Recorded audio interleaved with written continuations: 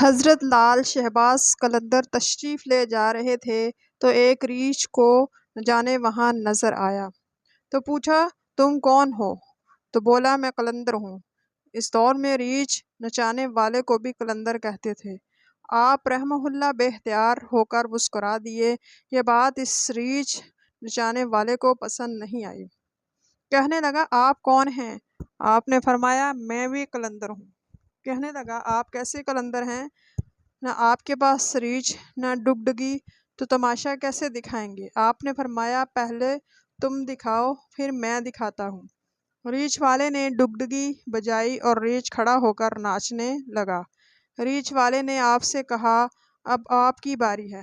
حضرت لال قلندر روح دو درختوں کی ٹہنیوں پر کھڑے ہوئے گئے اور ریچھ والے کو فرمایا کہ نیچے سے گزر جاؤ، مگر یہ رکھنا جانا، مگر واپس کبھی مت آنا۔ جیسے ہی ریچھ والا نیچے سے گزرا، ماحول ہی بدل گیا۔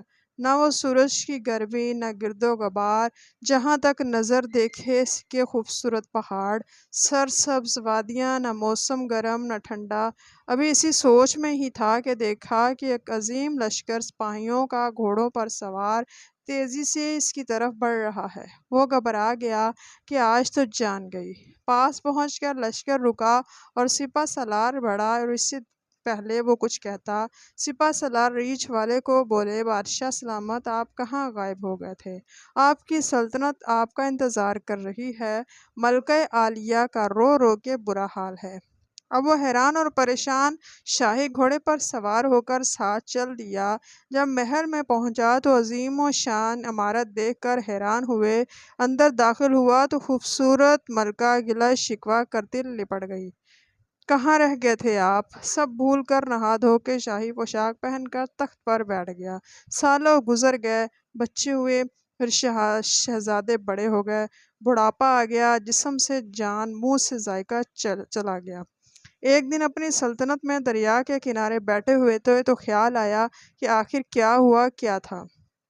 اسی جستجو میں وہی پہنچا جہاں لشکر تھا تو دیکھا وہ درخت اب بھی موجود ہے۔